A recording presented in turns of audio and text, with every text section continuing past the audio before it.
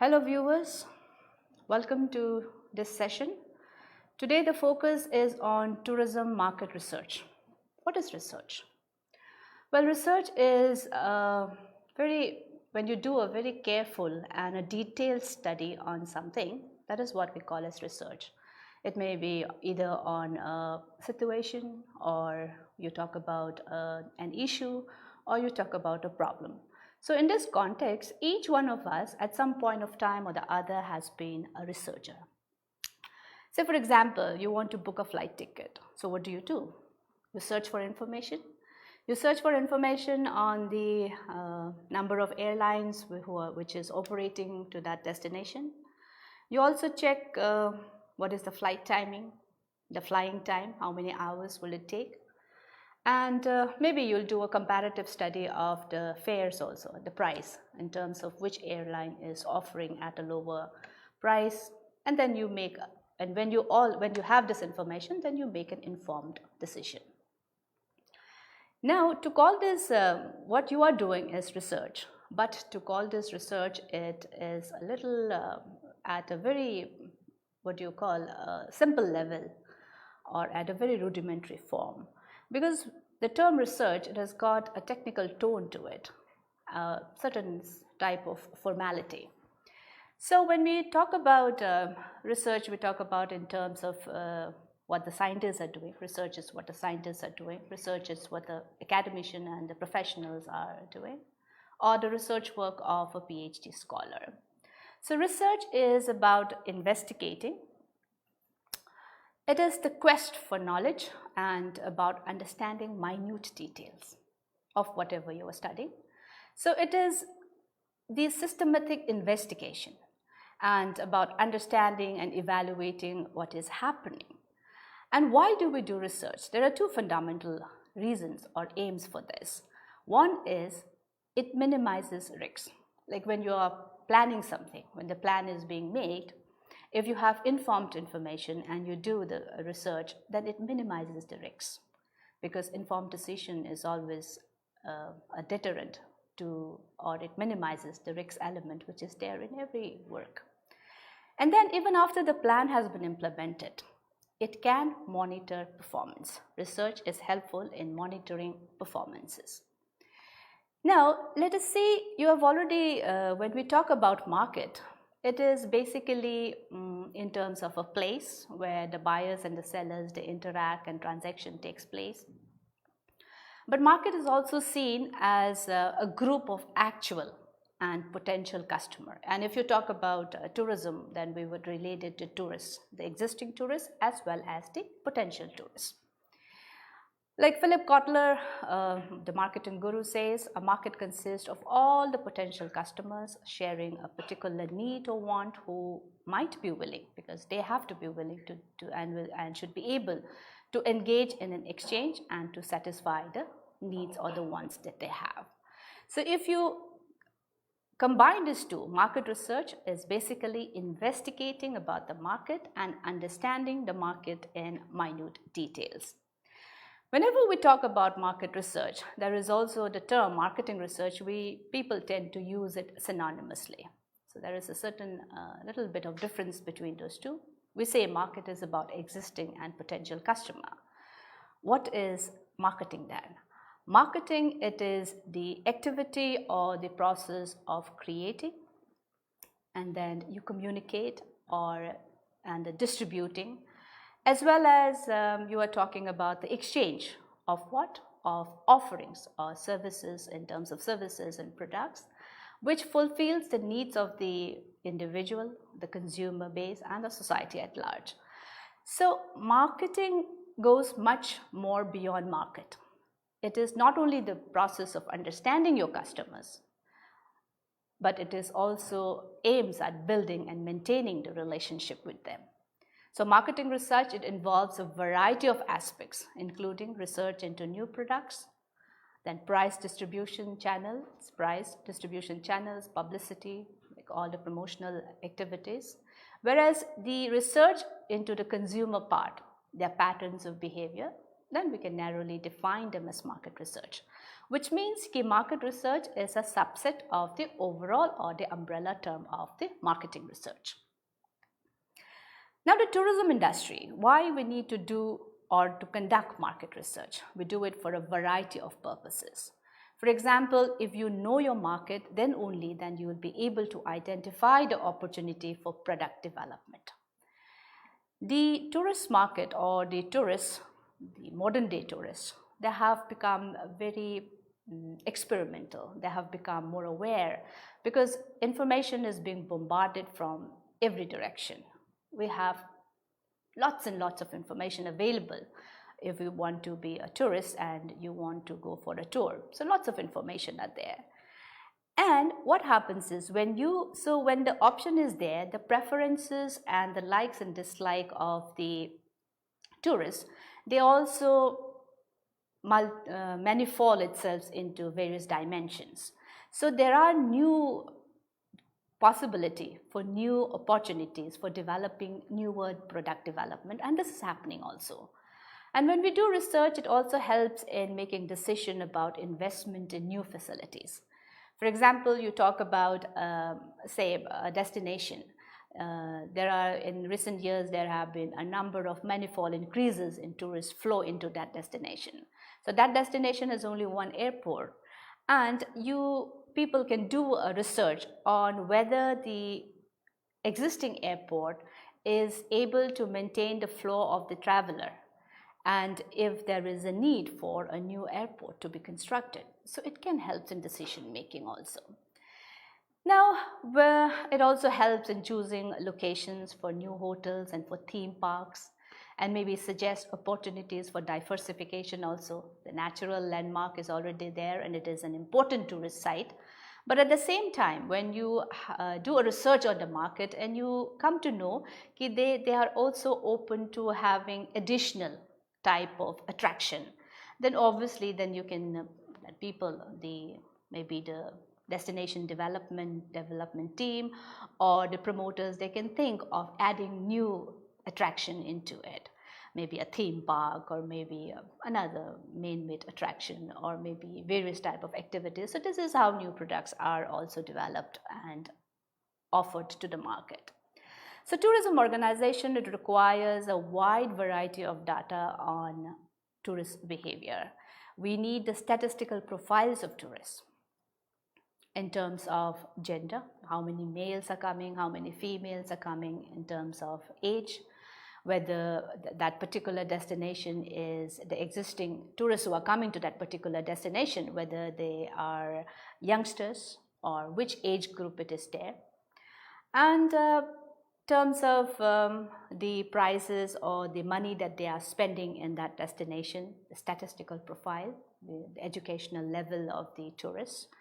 This helps when you are trying to develop new products or when you are even trying to make tourism development management easier in that destination. And you need the statistical records of tourist behavior. How many tourist frequency of holidays that the tourists on an average take when they are coming to that destination. So whether those tourists, they are willing to take one long holiday in a year, or they are frequent travelers but they travel, even the way that they travel, how they travel, which type of transport do they use, what type of accommodation do they use. So based on that you can profile the tourists who are coming to a destination. Then the choices of holiday destination is also very important. If there is a hill destination, a tourist hill station, then you would want to know whether how many tourists are coming to your area and whether they have any other choice of a destination apart from the hill station, or they are just hill station lovers. Whenever they take a holiday, they always prefer to go to a hill station. So this type of statistics is also very important. Now, tourist satisfaction is another area where you need variety of information, because based on the satisfaction level of the tourists, then you would know where your destination stands. whether they are still satisfied with the offerings that you have in terms of the infrastructure, in terms of the new products, and then again in terms of the quality of services that you are providing. So if they are satisfied, then you can think of enhancing more, how more, what more can I do to increase the attractiveness of the destination. Or if the tourists are not satisfied, then the destination planners, they should have more work at hand, and they need to take corrective actions. So product positioning in relation to competitors is another type of data that the tourism promoters would be really needing. This would be in terms of how tourists, they perceive the similar product of different organizations. So there are two destinations with the same offering. So why tourists are coming to the other destination and not choosing our destination? So this type of research into knowing the aspirations or the attitude of the tourists to the product that I have, and how do they perceive the other similar product of different destination, of another similar destination. This is also important. So market research, it helps a product or a service provider seek answers to various questions like, where do my customer come from? This is in terms of tourists, this is the tourist generating area. For example, in India, Bangladesh, USA and UK, they are the three most tourism generating countries for India. So where do my customer come from? So how do they perceive my product? Whether they like my product, are they satisfied with that? And how effective is my marketing strategy? The marketing strategy that India has developed, whether it is fulfilling or whether it is making a kind of connection with the potential tourists or the existing tourists, this is also very important. And it is, and it helps, research helps to understand this thing. And who is my competitor? It is a competitive world. So when you are in a very competitive world, then you have to be one step ahead of your other competitors if you have to capture the market. So obviously you would want to know who is your competitor. So these are questions which research helps. Research, like I said, it is a detailed and a careful investigation, systematic investigation. And market research is a dynamic process. It is an ongoing process and a very important tool whenever we are thinking of making better marketing, planning and management of tourist facilities and enterprises. Now, at the base of all tourism research work, information, it is the base. And the type of information, it becomes clearer when the type and the nature of the research work to be undertaken are specified. So in the realm of or the domain of social science research, on the basis on the information requirement, we can identify some common type of research work which is also applicable to the tourism discipline. One is the exploratory research. Now, exploratory research, it is conducted when there is little or no data which exists on the theme under investigation. This is more like an attempt to lay the groundwork, to lay a knowledge base so that it can lead to future studies. Descriptive research is to find out the question of what is. What is means you are trying to describe that phenomenon, or you're talking about, like, let's take the hill station. So you are describing the research which describe that particular hill station in terms of what the infrastructure it has right now, in terms of its readiness to accept more or tourists, what is the capability or the carrying capacity. So it is a descriptive research. Now, explanatory research, like the name it suggests, it explains the how and the why of the phenomenon under studies. You're trying to find answers. Why is it happening? Why is Thailand receiving much more tourists than India when it is a smaller size and then India is a big nation? So the questions of why and how it comes into the picture in the explanatory. When you talk about the causal research, you try to find the cause. So it involves the use of variables and the construction of hypotheses to support or reject the causal relationship between two or more variables. Now, what is hypothesis? Hypothesis is a tentative statements about relationship between two or more variables. For example, if I say it is a theory that you are proposing, and based on your research, you are trying to accept that hypothesis, accept that theory, or you are going to reject that theory. So if I say children who plays more than 2 hours every day outside physical activity, that they have less sick time, or you say they don't fall sick. So this is a hypothesis or a theory that I am proposing in that research. And you do the research, and then I'm trying to find out whether this is right or wrong, and the causal is between two variables, that outside want and then the sickness. So this is how the causal effect of research takes place. Comparative research, this is comparing research study units across time and space, as well as between the study units themselves. And when we talk about comparison, it is always between equal units, equal in terms of the parameters. You cannot compare one which has different sets of parameters. Evaluative research, it aims at determining the outcome of changes in the phenomenon under study. For example, a destination has added a new theme park. So what is the changes or the outcome of that installation of a new theme park? What is its effect or its on the overall tourism flow, traffic to that destination? And again, predictive research, it aims to provide information concerning future events. Now, information is generated from data which are basically of two types. It is common knowledge, we know it, data of two types, primary data and secondary data. Now, primary data, they are generated through first-hand investigation, specifically for the purposes or for the research problem at hand. So if I have a research problem and I'm doing research on that, the type of information which I am generating for that particular problem, for that particular research, this is the primary data. And we use methods like surveys, we use interviews or experiments. It is the direct, and you go directly to the respondents, and then it is being generated. So when this type of data, it has high degree of accuracy related to the problem, because you are specifically collecting the data specific to the problem, so it has a high degree of accuracy and the data are reliable. Now, secondary data, on the other hand, it is collected by someone else for some other purposes, but you are using it in your particular research. So it is like, say, when you are talking about you want to study the satisfaction of tourists who are coming to a particular destination. So first you need to know the number of tourists who are coming to that destination. So you don't need to find it out on your own how many tourists are coming.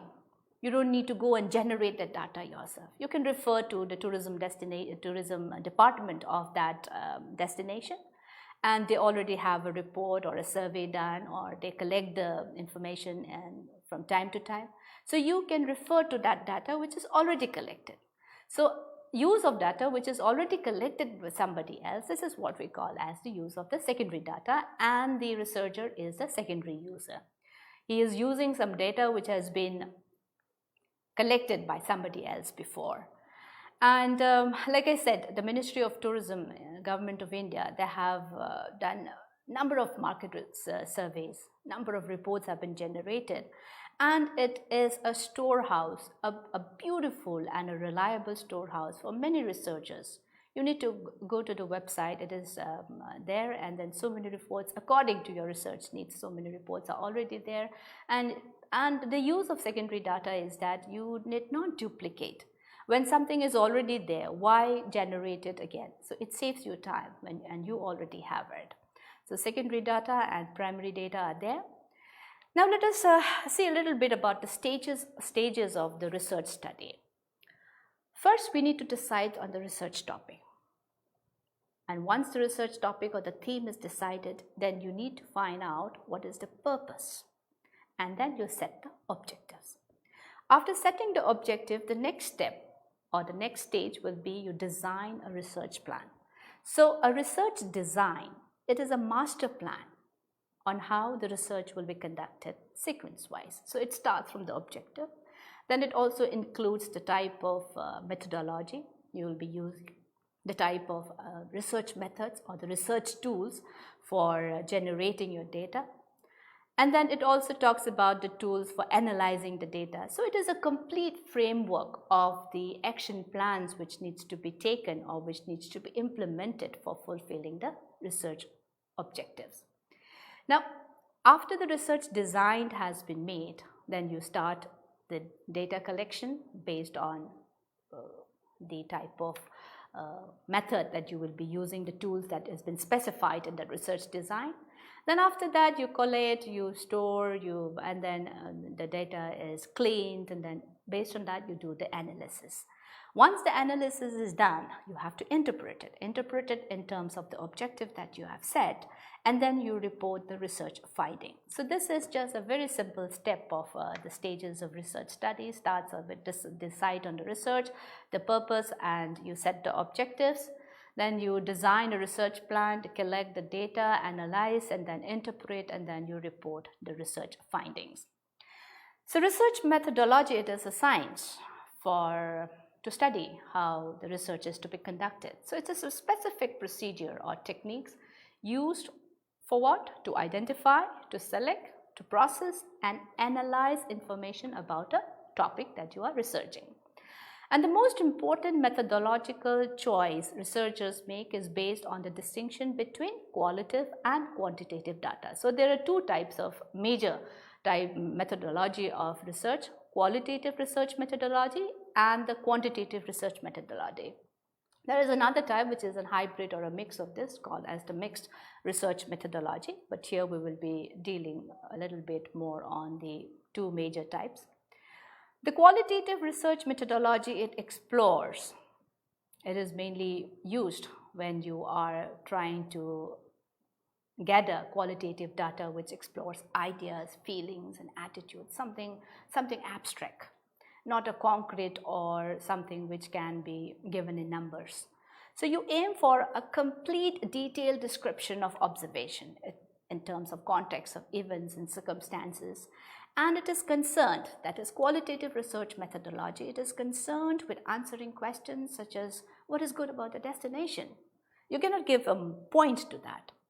You are asking, how do you feel when you come to this destination? That feeling, it is an abstract thing. So qualitative research methodology is for the type of it is for those type of research which involve collecting a great deal of rich information about relatively few people, then limited information about a large number of people. Then the information, it will be regarding experiences, motivation, behavior, their needs and aspirations. They are more personal. Qualitative methodology, they are more personal. And the aim is to get in-depth, more open-ended answers rather than yes or no responses. In open-ended questions, you ask a question, you leave it open, it is up to the respondent to answer in whatever way they want. Like you can ask a question, what was your experience about coming to India? So this is an open-ended question. You are not giving them any choices for the answer. It is up to them to answer, and when the answer is there, it is up to the researcher to how they analyze the data which is coming from there. Then the popular methods which is based on qualitative data, it include semi-structured or unstructured interview, participant observation, document analysis. You go through different documents, take out a cube theme, and then try to make an analysis out of that. But there are certain disadvantages for this. Small number of people are usually involved, and it is a time-taking process also. Thus, generalization about the population at large cannot be made. Supposing when you do a qualitative research, you may be talking to maybe about 15 people or 20 people, whereas the population or the universe that you are thinking of doing the research on, it may run to 2,000 to 3,000. So 15 to 20 people, and then you are generating it for say 2,000 is too small. Supposing if you say 1 lakh people are there, and then you are talking only to 15-20 people, the responses, it cannot be generalized for all those 1 lakh people. because the sample size that you have taken is very less. But nonetheless, because it depends on the type of questions that you frame and the type of responses that you can get from the people or the respondents, which is also important. So the measurement of qualitative material often requires judgment to be made by the researcher, and this is where the question of objectivity arises. Quantitative research methodology, it is concerned with how much and how many. So it has a numerical basis to test a hypothesis or explain the observation, you classify the features, you count them, you create the statistical models. And here it is easy to collect. It is no doubt a time-consuming exercise when the people that you are or the respondents that you are targeting is a large number, but it is easier to collect and analyze, and it is based on a large sample of participants. So when you have large sample of participants, then generalization to a wider group is possible. And the sample has to be done it has to be adequate, keeping in with the issue under consideration, and should be representative of the population. So the popular methods which are based on quantitative data, it can include questionnaires, the set of questions that you have prepared and then you distribute it. The organizational statistical records, among others. Closed questions are widely used because they are more convenient for computer and statistical analysis, because usually in the quantitative data, the data are usually summarized and analyzed using the computer. And the attitudes, we have said in qualitative data, usually abstract feelings like attitudes and opinions can be measured. In quantitative data, this can also be measured, but here we use it with the help of scoring and rating cards. Like you can say in a scale of 1 to 5, you give your rating, or you say strongly agree to strongly disagree. So this is how it is done, or you give a score line and then people or the respondents marked on it. The disadvantage is that they are often impersonal when compared to the qualitative data. Large samples are required to be representative of the population, and because you require it for the statistical analysis. So the biases, it may also be caused by poor questions or poor interviewers, which affect the people's answer. Now, we have talked a lot about population and sample. What exactly are these? Supposing when you have to collect data relevant for research, and a large number of people has to be contacted. If you have to talk about the international tourists coming to India, if the complete data is to be had about tourists, their experiences and preferences when they are in India, say in 2019 we have 10 million plus tourists coming to India. So to contact 10 million tourists, it is nearly impossible. I wouldn't say impossible, it is nearly impossible and a huge task. So what is the practical method? The practical method is you conduct you choose a much smaller number, and you choose it so that it is representative of that 10 million. So this smaller number or the subset of the total is called as a sample, whereas the total number, it is called as the population or the universe. For example, you are doing a research in a school. So if there are 2,000 students in that school, and you are asking all 2,000 students to be part of your research work, then that 2,000 students, those are the population. And you are doing a survey, so that is a census survey. And if instead of asking 2,000 students, you have chosen only 100 of them, so this 100, it becomes the sample. So you now know the difference between sample and population. Population is the whole universe of your research, and then sample is the number of respondents which you have chosen, which is a part or a subset of that population. And there are different methods of sampling, and it is very important. How do you select that subset or that sample? It is very, because once you make something wrong in that, then if it is not, you cannot generalize it, or it is not representative of the population, then your research itself will be faulty. So there are two types of sampling. One is probability sampling and another is the non-probability sampling. In probability sampling, we have random sampling. Random sampling is when every participant has an equal chance of being selected. Now, systematic sampling is at regular intervals you choose your respondent. For example, if there is you have sequenced all the respondents or all the population in serial wise, and then you say ki every 10th respondent will be selected for the sample. So that is systematic sampling.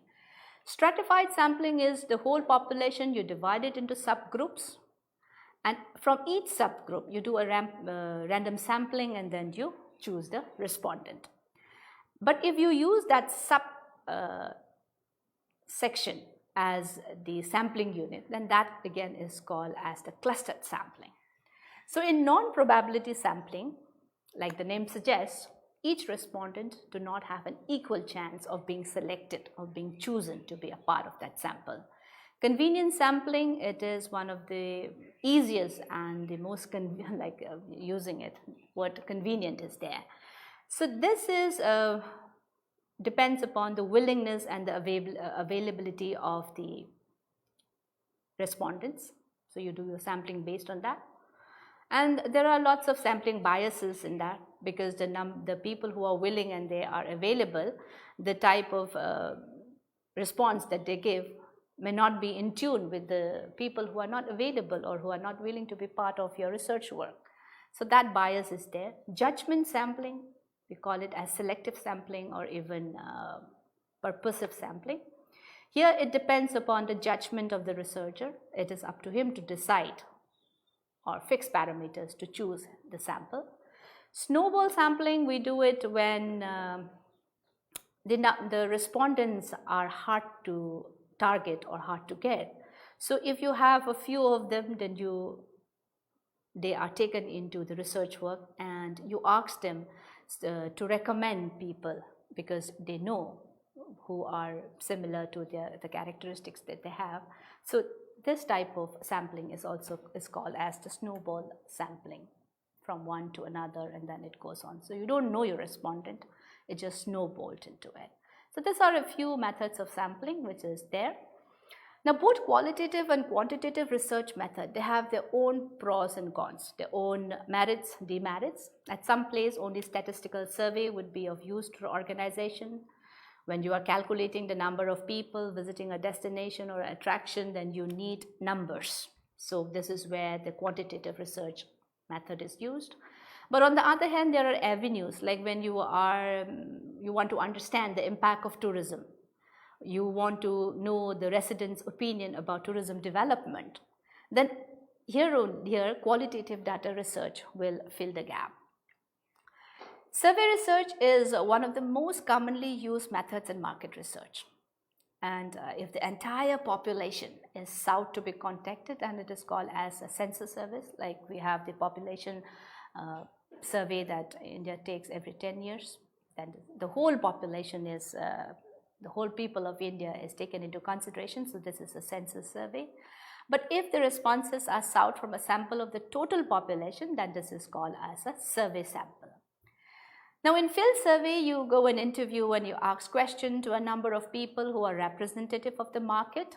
It can be conducted through questionnaire, or you are giving them, taking personal interview. It can be either through mail, through media, telephone, or face-to-face. You can distribute a questionnaire, or you go and interview selected people. You go and interview based upon the requirement of the research work in hand. Now focus group, it is a form of, you take a group of people and then you discuss a topic which is of interest to the researcher. And these groups are very helpful in quantification of the research to a certain extent. So to 10 to 12 people, the researcher will be the moderator and he will throw the question, and this is how the research work or data is collected. Observation method, it is perhaps the simplest form of market research. Either you do it by human or you can do it by mechanical. Video recording is one method of observation. Now it is useful in a situation where a questionnaire might be inappropriate. Like you want to see how the guests are behaving in a restaurant. Then obviously you would need an observation method in this. Now, experimental research or experimentation, it takes various forms and can be a useful tool for predicting behavior. Like when a hotelier is thinking of changing the menu, or he wants to change the decor of the entire hotel. So what he does is he takes a few rooms and then he changes it. And after making the alteration, he seeks the opinion of the guest. So that is a type of experiment. If it is favorable, then he can take the decision to extend it to all the other rooms in the hotel. So a simple example to demonstrate or to explain how experimental research is done. Literature review. Now, research is not possible without references. So gathering of information from secondary data is of prime importance in research, and many organizations, in fact, they keep data like this for future references also. But however, you have to be very judicious in reviewing the literature or the primary data, as the research have to interpret them correctly, and even the secondary data also. You have to make it tuned to the requirement that you have. So the interpretation is very important. Now, when you talk about application of market research, say it is used in determining the size of both the current and the potential market. How many inbound tourists are coming from UK? How many are coming from Bangladesh? How many are coming from the USA? And what are the avenues of growth? So when you do a market research, then only you will be able to answer this question. You assess the market trends. Adventure holidays are becoming more popular. So should we incorporate that? Or what are the emerging areas that we can incorporate in our destination promotion? So these are all areas of market research to determine the sales and demand, the supply side and the demand. Is there a gap in between these two? So this is what the application area of market research. Now, you ascertain the strength and the weakness of the competitors' marketing strategy. Try to find out, like call a SWOT analysis, to try to find out the strength, the weakness, the opportunities, and the threat. And then you are trying to incorporate that, or you're trying to make a comparison with the marketing strategy that you have. So this is an application of market research, and you talk about tourism policies, plans, and strategies. This can be implemented.